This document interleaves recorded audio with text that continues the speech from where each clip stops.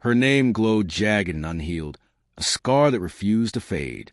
I didn't answer, just stared as the screen dimmed, leaving only the heaviness of what once was.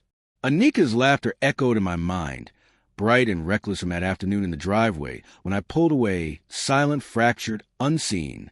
She was a wildfire, ambition blazing through everything. I was the anchor, steady and enduring. That was our unspoken vow, a bond one thought unbreakable.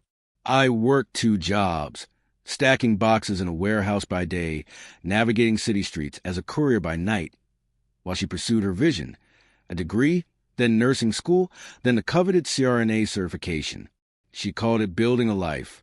I believed it was ours. Every anniversary, she'd hand me a note, her elegant script weaving promises like I cherished them, but her eyes, over time, drifted, no longer mirroring her words. Somewhere between late-night study sessions and hospital rotations, her warmth faded. She'd come home later, her touch cold, her sentences clipped.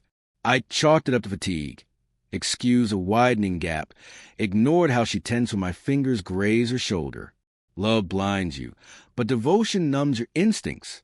I kept waiting, holding tight to the future we dreamed.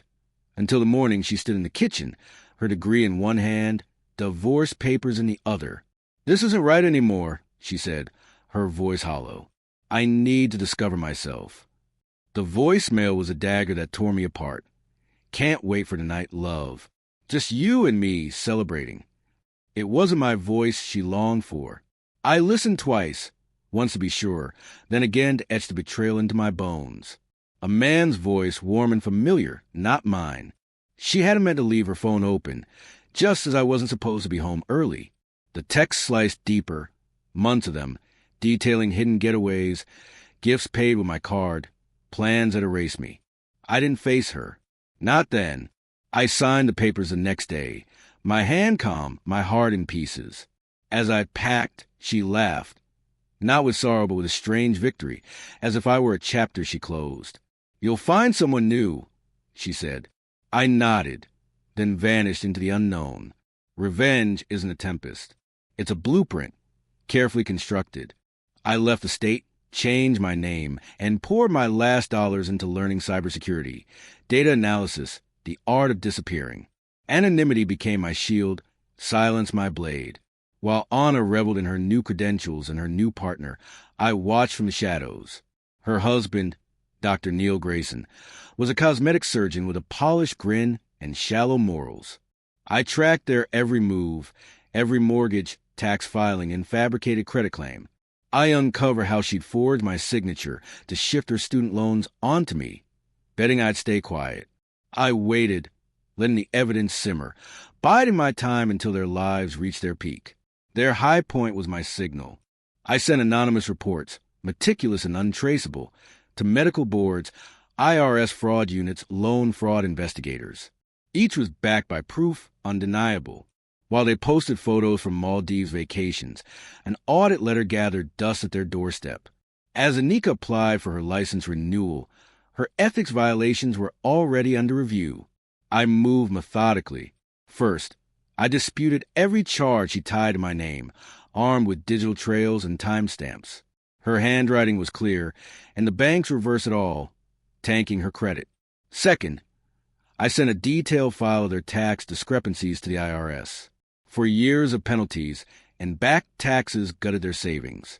Third, the loan fraud was verified, her CRNA license revoked, a stain she'd have to disclose forever.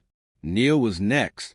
His practice thrived on questionable referrals and overstretched loans. An anonymous tip to the state board sparked a malpractice suit that hit the headlines. Patients fled, and his reputation crumbled. Then came the social fallout. I shared screenshots on obscure forums, messages where they mocked co-workers, clients, even each other. The posts spread like venom. Untied to me, I was a ghost, but ghosts have memories. 10 years later, I met her in a diner. Her face, tired, not radiant. Her spirit, worn thin. "How did you track me down?" I asked. She didn't speak, her gaze locked on mine. I let the silence stretch, heavy and taut. "I lost it all," she whispered at last. Did you? I sipped my coffee, measured. I signed the papers. I walked away. You broke us. My smile was faint, sharp. No, you did. I just submitted the evidence. She reached for my hand, her gesture a frail veil of regret. I didn't pull away. There's nothing left, she said. I stood, dropped the 20 on the counter, and leaned close. Now you understand what it's like to carry someone and be discarded. I never returned to that chapter. I built something new. Simple, real, hard one. Forgiveness isn't for those who use love as a mask, casting it off when the work is done. Anna thought she buried me under obligation and debt. She never saw the tool I held. The 169 missed calls linger in my phone, not as sentiment, but as evidence. Silence is strength. Disappearing isn't defeat, it's strategy. They say revenge is best served cold, but they're wrong. It's best served with patience, precision, and a smile that says you've already won. I didn't ruin her life. I just stopped holding it together.